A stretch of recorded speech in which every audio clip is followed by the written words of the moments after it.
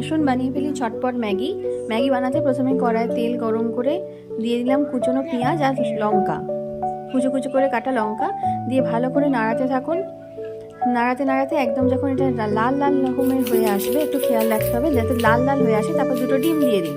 দুটো ডিম দিয়ে ভালো করে নাড়াতে নাড়াতে একদম ভুজিয়ার মতো বানিয়ে ফেলতে হবে। যতক্ষণ না ভুজিয়ার মতো হচ্ছে ততক্ষণ অফ করবেন না। তারপর দেখুন নাড়াতে নাড়াতে দেখুন আমারটা ভুজিয়ার মতো হয়ে এসছে। এবার আপনি তাড়াতাড়ি করে ম্যাগিটা ঢেলে দিন। ম্যাগিটা ঢেলে দেওয়ার পর নাড়াতে থাকুন। নাড়াতে নাড়াতে ভালো করে কষিয়ে ফেলুন। ভালো করে কষান, যেমন করে মাংস কষান। তারপর মশলা দিয়ে দিন। মশলা দিয়ে ভালো করে কষাতে থাকুন। কষাতে কষাতে দেখুন একটা ভাজা ভাজা ভাব আসার পর জল ঢেলে দিন।